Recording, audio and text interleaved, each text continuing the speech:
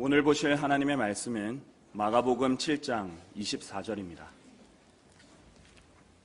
마가복음 7장 24절입니다.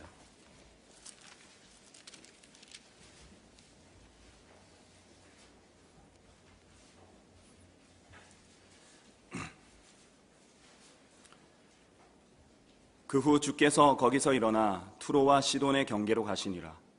그리고 어떤 집으로 들어가셨을 때 아무도 모르기를 바랐으나 숨길 수 없더라.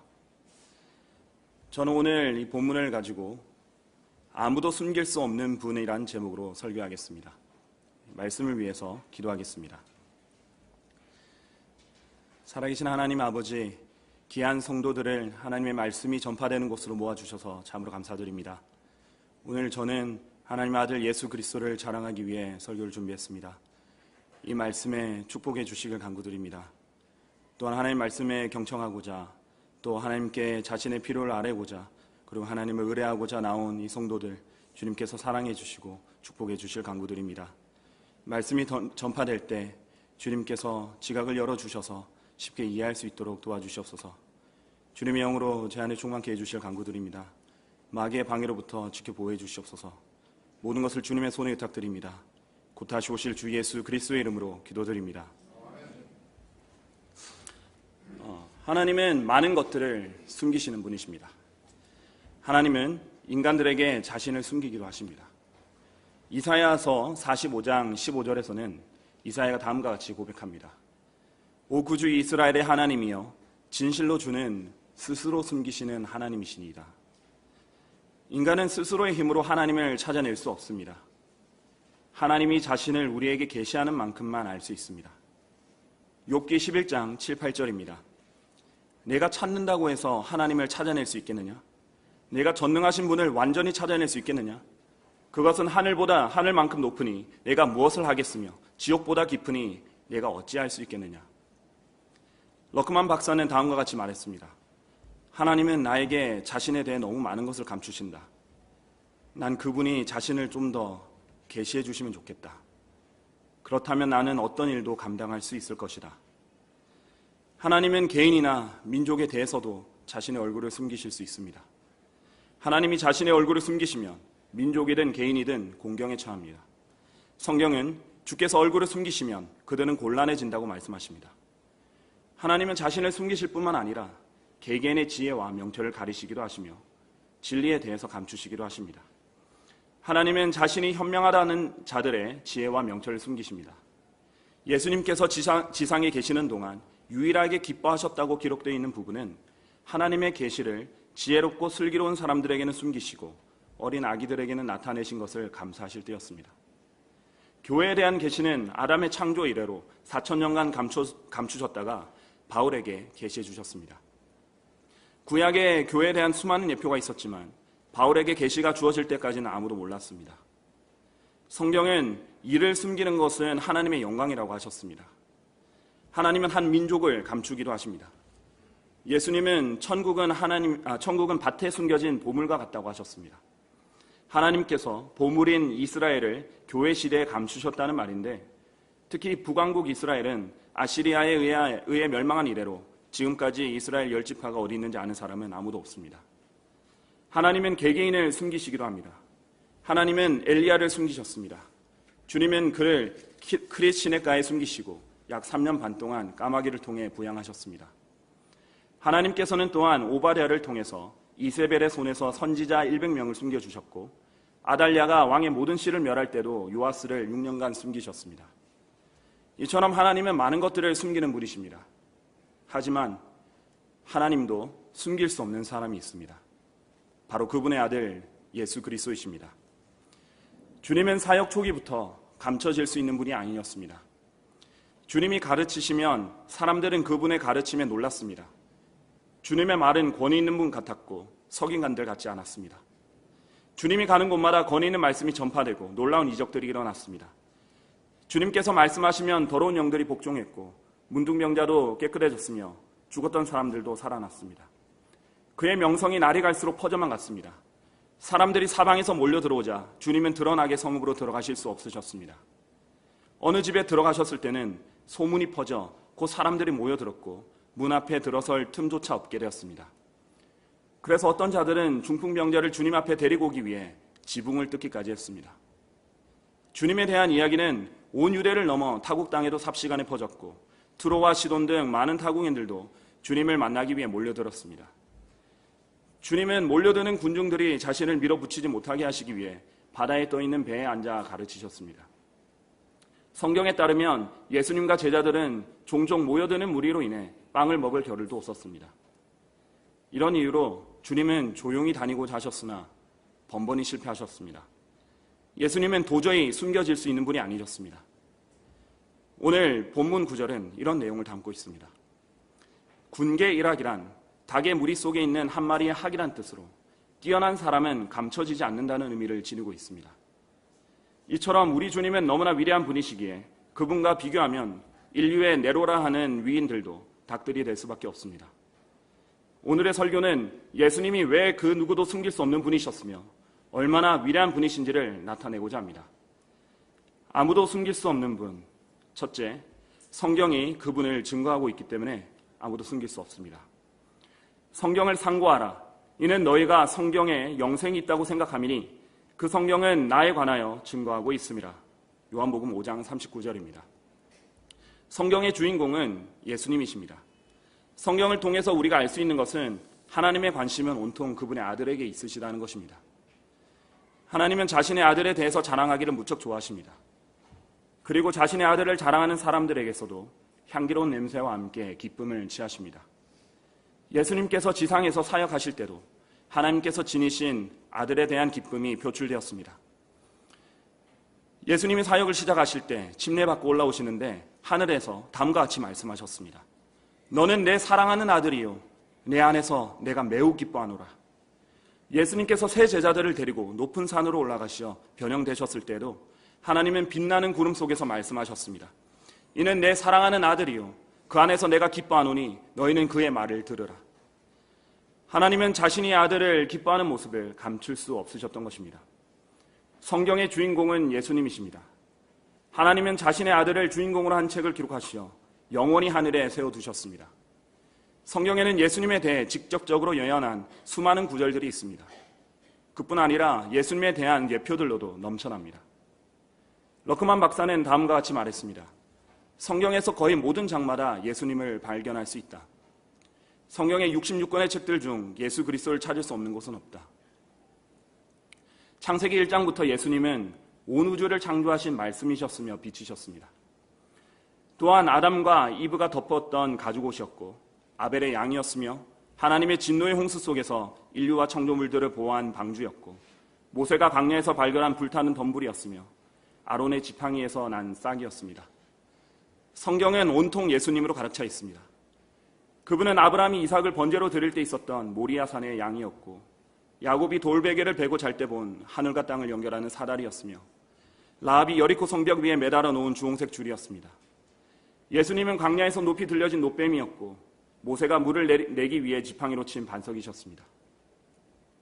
하나님의 책의 주인공은 그분의 아들입니다. 성경이 있는 한 예수님은 그 누구도 감출 수 없습니다. 누구든지 성경을 펴면 예수님을 발견할 수 있습니다. 그러나 대다수의 죄인들의 문제는 성경을 찾으려 하지 않는다는 데 있습니다. 그 빛 앞에 서기를 원치 않는 것입니다. 인간은 벌거벗은 것을 가리려고 나무 뒤에 숨었던 아담과 이브 같습니다. 예수님은 세상의 빛으로 오셨고 세상으로 들어오는 모든 사람에게 비치는 참 빛이십니다.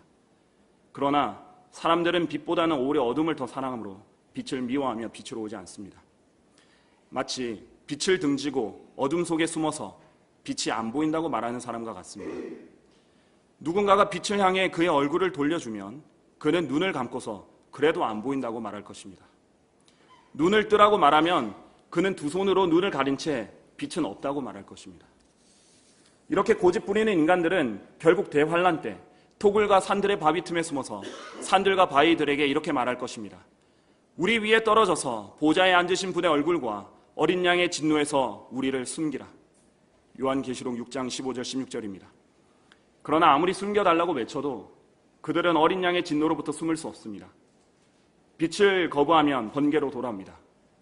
어린 양의 보혈을 외면한 자들은 결국 어린 양의 진노를 직면하게 될 것입니다. 예수님은 감춰질 수 있는 분이 아닙니다. 또한 예수님으로부터 자신을 숨길 수 있는 사람도 없습니다. 예수님이 드러날 수밖에 없는 또 다른 이유는 성경이 예수님께서 재림하실 때 모든 눈이 그를 볼 것이라고 말했기 때문입니다. 심지어 그를 찌른 자들도 볼 것입니다. 예수님께서 다시 오실 때 그분은 만왕의 왕 만주의 주로서 모든 사람에게 나타날 것입니다. 성경은 아버지께서 왕국을 아들에게 맡기셨다고 기록합니다. 예수님께서 오시면 모든 나라가 주님의 것이 되어 주님의 통치를 받을 것입니다. 스가랴 14장에 따르면 해마다 장막절이 될 때 모든 민족들이 예루살렘에 계신 주님께 경배하러 올 것입니다. 이런 분을 누가 숨길 수 있겠습니까? 성경은 아버지께서 모든 심판을 아들에게 맡기셨다고 말합니다. 사람들은 백보자 심판석에서 온 인류를 심판하시는 분이 예수님이심을 보고 놀라게 될 것입니다. 그분은 마귀와 그의 천사들까지 심판하실 것입니다. 이런 분을 어떻게 숨길 수 있겠습니까? 성경은 아버지께서 아들을 사랑하시어 모든 것들을 그의 손에 주셨다고 말씀하셨습니다. 아버지는 만물을 예수님의 발 아래 두시고 그를 만물 위에 머리가 되게 하셨습니다. 또한 예수님의 이름을 모든 이름 위에 뛰어나게 하셨고 결국 모든 무릎이 예수님의 이름에 꿇게 하실 것이며 모든 혀가 예수님을 주라고 신하게 하실 것입니다. 바로 이분이 우리의 주님이시며 그 누구도 숨길 수 없는 분이십니다. 우리는 이러한 주님을 섬기고 있으며 그분은 늘 자랑해야 할 것입니다. 아무도 숨길 수 없는 분, 둘째로 예수님의 사랑 때문에 숨길 수 없습니다. 아무도 어느 때나 하나님을 본 사람이 없지만 아버지의 품 안에 계신 독생자, 그가 하나님을 분명히 밝히셨느니라. 요한복음 1장 18절입니다. 누구든지 예수님처럼 사랑한다면 알려질 것입니다. 사랑은 숨길 수 없습니다. 예수님은 죄인들을 향한 자신의 사랑을 나타내셔야 했습니다. 그리하여 예수님은 영광 가운데 있는 아버지의 품을 떠나 이 땅으로 나타나셨습니다. 1936년 영국 왕 에드워드 8세가 윌리스 심슨이라는 미국인 여자와 결혼하기 위해 왕자를 포기한 사건이 있었습니다. 언론은 세기의 로맨스라며 떠들어댔습니다. 그러나 예수님의 사랑에 대해서는 아무 말도 하지 않았습니다. 주님은 더러운 죄인들을 구원하시고자 전 우주를 호령하는 보좌에서 내려오셨는데 말입니다. 주님은 비참하고 가련한 인간들을 위해 인간이 되셨습니다. 너가 배고프다면 나도 배고프겠다. 너가 목마르면 나도 목마르겠다. 너가 피곤하면 나도 피곤하겠고 너가 슬프면 나도 슬퍼하겠다. 이렇게 말입니다. 예수님은 시험 받는 자들을 도와주시기 위해 친히 시험을 받으셨습니다. 우리 예수님은 인간을 동정하시는 분이셨습니다. 이러한 사랑을 어떻게 숨길 수 있겠습니까? 주님이 이 땅에서 사역하시는 동안 많은 무리들이 주님을 찾아왔습니다. 그 중에는 절름발이, 소경, 벙어리, 불구자 등도 있었고 그들은 주님의 도움을 간청했습니다. 주님이 이들을 외면하지 않으셨고 오히려 가엾게 여기시어 일일이 치유해 주셨습니다. 주님은 그들의 영적인 비참함에 더욱 가슴 아파하셨습니다. 주님의 눈에는 그들이 목자 없는 양같이 지치고 흩어져 있었습니다. 주님은 모든 성읍과 마을들을 두루 다니면서 말씀을 전하셨고 안타까우셨던 주님은 사람들이 지나다니는 거리에 서서 누구든지 목마르거든 내게로 와서 마시라. 나를 믿는 자는 성경이 말씀한 것과 같이 그의 배에서 생수의 강들이 흐르리라고 외치셨습니다. 그러나 양들을 외면한 채 자신의 배만 채우는 종교 지도자들, 가부들의 집을 삼키며 천국을 닫아버리고 오히려 그들을 지옥의 자식으로 만드는 종교 지도자들을 보실 때면 분을 참으실 수 없으셨습니다. 주님은 분노와 함께 그들에게 너희 뱀들아, 독사들의 세례야, 어떻게 너희가 지옥의 저주에서 피할 수 있겠느냐고 고함을 치셨습니다. 십자가에 달리시기 전에는 백성들이 자신을 거절할 것을 아시고 예루살렘을 보고 안타까워하셨습니다. 적어도 이 너의 날에 너만이라도 너희 화평에 속한 일들을 알았더라면 좋았으련만. 그러나 이제는 그것들이 너희 눈에서 감춰졌느니라. 이렇게 말씀하시는 예수님의 눈에는 눈물이 흘렀습니다.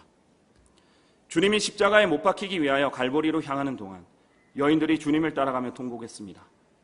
그러자 주님께서 그들을 돌아보시며 말씀하시기를 예루살렘의 딸들아, 나를 위하여 울지 말고 너희와 너희 자녀를 위하여 울라고 말씀하셨습니다. 주님은 고난 가운데서도 자신보다는 이들을 더 생각하셨던 것입니다. 갈보리 언덕에서 로마 병사들은 주님의 양팔을 잡아당겨 고정시킨 다음 손목에 대못을 대고 망치로 박아댔습니다. 주님의 발도 그와 같이 못 박은 후 주님의 벌거벗겨진 몸을 높이 들어 올렸습니다. 사람들이 주를 비웃고 조롱했습니다. 사지가 찢어지는 고통에 관절이 어그러지는 고통까지 가해졌습니다. 그러나 주님이 십자가에 달리시어 가장 먼저 하신 말씀은 아버지시여 저들을 용서해 주옵소서. 그들은 자기들이 하는 것을 알지 못하나이다 였습니다. 자신을 못 박고 조롱하고 거짓 고소하고 침뱉고 주먹으로 치고 채찍질한 죄인들을 위해서 간구하신 것입니다. 심지어 예수님께서 이렇게 말씀하신 상황에서도 그들은 주님의 옷을 나누고 제비를 뽑고 있었는데도 말입니다. 죽는 순간까지도 그분의 소원은 죄인들이 구원받는 것이었습니다.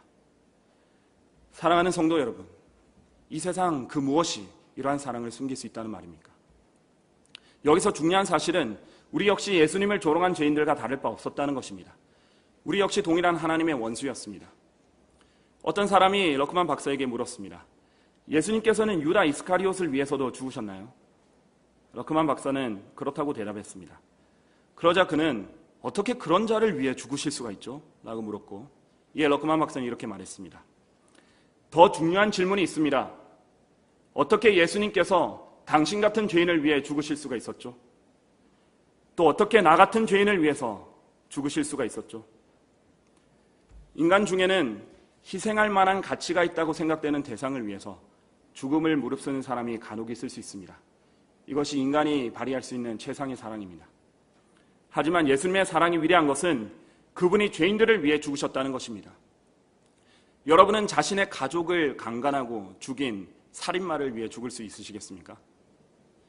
여러분은 그러한 원수가 와서 자신을 고문하고 벌거벗기고 손과 말에 못 박고 모든 사람이 다 볼 수 있도록 높이 매달아 놓고 있는데 그 사람의 생명을 위해서 목숨을 바치라면 그리하시겠습니까? 인간은 할 수 없습니다. 하지만 예수님은 이 같은 죄인들을 위하여 죽으셨습니다. 그리고 여러분과 제가 바로 그 죄인들이었던 것입니다. 로마서 5장 7, 8절입니다. 의인을 위하여 죽으려는 사람이 거의 없고 선한 사람을 위하여 죽음을 무릅쓰는 사람이 간혹 있을지 모르지만 우리가 아직 죄인이었을 때 그리스도께서 우리를 위하여 죽으심으로써 하나님께서는 우리를 향한 그의 사랑을 나타내셨느니라. 이것이 하나님의 사랑과 인간의 사랑의 차이입니다. 마치 벌레 옆에 있는 거대한 산과 같이 독보적인 사랑입니다. 이러한 예수님을 도대체 누가 어떤 방법으로 숨길 수 있다는 말입니까? 아무도 숨길 수 없는 분. 셋째로 그분의 증인들 때문에 숨길 수 없습니다. 그러나 성령께서 너희에게 임하시면 너희가 능력을 받으리니 그러면 예루살렘과 온 유대와 사마리아와 땅끝까지 이르러 내게 증인이 되리라. 사도행전 1장 8절입니다.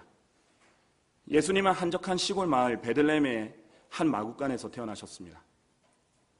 그러나 밤중에 천사가 나타나 베들레헴 목자들에게 빛을 비추며 큰 소리로 외쳤습니다. 기쁜 소식이다, 기쁜 소식. 오늘 이 다윗의 성읍에서 너희에게 구주가 태어나셨다. 그분은 주이신 그리스도이시다. 가서 구유에 누워있는 아기를 보라. 그러자 갑자기 하늘의 군사들이 우르르 나타나서 찬양을 부릅니다. 지극히 높은 곳에서는 하나님께 영광이요 땅 위에는 화평이요 사람들에게는 호의로다. 이제 목자들은 황급히 가서 구유에 누워있는 그 아기를 보고 사실임을 알게 됩니다. 그러자 목자들은 여기저기 돌아다니면서 천사들이 한 말을 널리 알렸습니다. 기쁜 소식입니다. 기쁜 소식. 우리에게 구주가 태어나셨습니다. 예수님은 증인들로 인하여 조용히 태어나실 수도 없으셨습니다. 사역을 시작하실 때의 일입니다. 침례인 요한이 그분이 오시는 것을 보자 당시 침례를 받으러 오거나 구경하러 온 수천 명의 사람들 앞에서 큰 소리로 외칩니다. 보라, 세상 죄를 제거하는 하나님의 어린 양이라. 이분이 내가 말한 바로 그분이다. 나는 이분이 하나님의 아들이심을 증거하노라. 광야에서 외치는 소리답게 광야에 쩌렁쩌렁 울려 퍼졌습니다. 예수님은 자신의 증인들로 인하여 숨겨질 수 없으셨습니다. 복음 전파자 D.L. 무디가 하루는 장례식에서 설교를 해야 했습니다. 무디는 예수님처럼 설교를 하고 싶다는 생각에 예수님이 장례식에서 하신 설교를 찾아봤습니다. 그런데 아무리 찾아봐도 발견할 수 없었습니다. 왜 그런지 아십니까? 예수님은 설교를 하신 것이 아니라 장례식을 끝내버리셨기 때문입니다. 다들 애도하기 위해 모였는데 예수님은 말 한마디로 죽은 자를 살려내버리셨습니다. 이를 목격한 증인들이 사방을 돌아다니며 증거했습니다. 나사로가 살아났을 때는 선임 제사장들이 이대로 두면 모든 사람이 그를 믿을 거라는 두려움에 떨었고 결국 예수님뿐 아니라 나사로까지도 죽이려고 모의해야 했습니다. 무덤도 그분을 숨길 수 없었습니다. 선임 제사장들과 바리새인들은 제자들이 혹시라도 시체를 훔쳐가서 예수님이 부활했다고 말할까 봐 무덤에 있는 돌물을 봉인하고 경비병을 세워 무덤을 굳게 지켰습니다. 그래도 주님을 숨길 수 없었습니다. 주님은 부활하셨기 때문입니다. 주님은 부활하신 후 500명이 넘는 사람들에게 보이셨습니다. 성경은 이를 무오한 증거라고 말합니다. 500명의 증인들의 입을 어떻게 막을 수 있겠습니까? 훗날 바울은 아그리파 왕 앞에서 다음과 같이 말했습니다. 이 일이 한쪽 구석에서 일어난 것이 아니기에 이 일에 관한 것은 조금도 왕께 감추어지지 않았음을 내가 확신함이니이다. 예수님이 승천하신 후 그분의 증인들은 기회가 되면 그분의 이름을 자랑하고 다녔습니다. 그분을 전파하는 데 있어서 강박관념이 있었습니다. 십자가에서 보여주신 그분의 사랑 때문이었습니다. 초기의 그리스도의 증인들은 말 그대로 광신자들이었습니다. 한 교회 사가가 말했습니다. 이들은 성전에서부터 예수 그리스도를 데리고 나와 온 이웃에게 그를 살포하고 다니는 범죄를 저질렀다. 그들은 자신들이 있는 곳이 곧 선교지였습니다. 어디 가나 예수님을 증거했는데 포로로 잡혀갔던 군인들이 페르시아의 샤브르 왕에게 복음을 전하기로 했고, 최초의 영국 순교자였던 알바는 화형대에서 자신을 채찍질하던 사형 집행관을 회심시키기도 했습니다. 펠릭스 마인츠는 진리로 인하여 사형 선고를 받았는데 그는 손발이 묶인 채로 호수에서 수장되었습니다. 그는 배를 타고 가는 동안 호숫가에 있는 사람들에게 수장되는 순간까지 설교를 했습니다. 콜럼바와 그의 선교사들은 스코틀랜드와 잉글랜드 남부, 그리고 노르망디, 벨기에, 독일, 덴마크 등에 복음을 전했고, 폴리시아는 불가리아와 발칸 지역, 이탈리아의 북부와 프랑스 남부, 유고슬로비아 등의 복음을 전파했으며, 왈덴스들은 어둠을 밝히는 빛이라는 슬로건을 내세우고 이탈리아, 오스트리아, 프랑스, 독일 등지에서 예수 그리스도의 복음의 빛을 밝혔습니다. 그리스도의 사랑에 사로잡힌 주님의 종들은 실로 역전의 노장들이었습니다. 그들은 산, 평원, 사막, 바다를 누비면서 혼들을 이겨왔습니다. 존 웨슬리는 평생 동안 40만 킬로미터를 말 타고 다니며 4만 번 이상의 설교를 하고 수만 명의 혼들을 주님께로 이겨왔습니다. 모라비안들의 지도자 진젠도르프는 나에게는 하나의 열망만 있으니 그것은 곧 그리스도시다 라고 고백했으며, 그의 지도 아래 모라비안들은 그린란드, 북미, 아시아 및 서인도 제도에까지 복음을 전파했습니다. 그들 중 2명은 아틀란타 섬으로 가는 노예들에게 예수 그리스도의 복음을 전하기 위해 스스로 종신 노예가 되었는데 돌아오지 못할 배에 올라타면서 가족들에게 이렇게 외쳤습니다. 죽임 당하신 어린 양께서 그분의 고난에 대해 보상받으시기를. 이처럼 전 세계 각지에서 주님의 증인들은 주님을 전파해 왔습니다. 이런 분을 세상이 무슨 수로 감출 수 있겠습니까? 오히려 그분의 이름은 쏟아나온 향유처럼 점점 더 퍼져만 가고 있는 것입니다. 결론을 맺겠습니다. 작은 키에 몸도 약하고 머리도 좋지 않은 평균 이하의 여성이었지만 오히려 약하고 부족해서 하나님의 부르심에 군말 않고 순종했던 중국의 여성교사 글래디스 아일워드의 일화입니다. 중국의 북서부에서 복음을 전하던 중에 아일워드의 일행은 사람의 흔적조차 찾을 수 없는 오지에 도달했습니다. 먹을 것도 떨어지고 잘 곳도 마땅하지 않아 함께 기도한 후 찬송을 부르고 있었습니다. 그러자 노래소리를 듣고 한 티베트 라마 승려가 그들을 만나러 왔고, 여자를 상대해선 안 되는 라마승이 오히려 아일월드의 일행을 반갑게 맞이하며 오늘 밤 사원에서 묵어주기를 간청했습니다. 예상치 못한 친절에 당황했지만 승려가 우리는 사랑의 하나님에 대해 말해줄 당신들을 오랫동안 기다려왔습니다 라고 말하자 놀란 아이월드는 그들을 따라 사원에 들어갔습니다. 도착해서 극진히 대접을 받은 후 큰 뜰로 갔는데 거기에는 500명이나 되는 라마승들이 앉아서 손을 포갠 채 아일워드의 일행을 기다리고 있었습니다. 아일워드의 일행은 곧 예수님의 탄생부터 시작하여 갈보리 십자가까지 설명하며 복음을 전했고, 몇 시간이나 되는 설교에도 500명의 라마승들은 미동도 하지 않은 채 귀를 쫑긋 기울이며 복음에 경청했습니다. 그날 저녁 방에 있던 아일월드에게 라마승 둘이 찾아와서 예수님에 대해 좀 더 얘기해달라고 요청했습니다. 그들이 나간 후에는 또 다른 2명이 찾아왔고, 그런 식으로 그들은 밤새도록 찾아왔습니다. 그런데 그들은 매번 같은 질문을 던졌습니다. 그분이 왜, 그리고 어떻게 죽으셨는지 더 말씀해 주시겠습니까?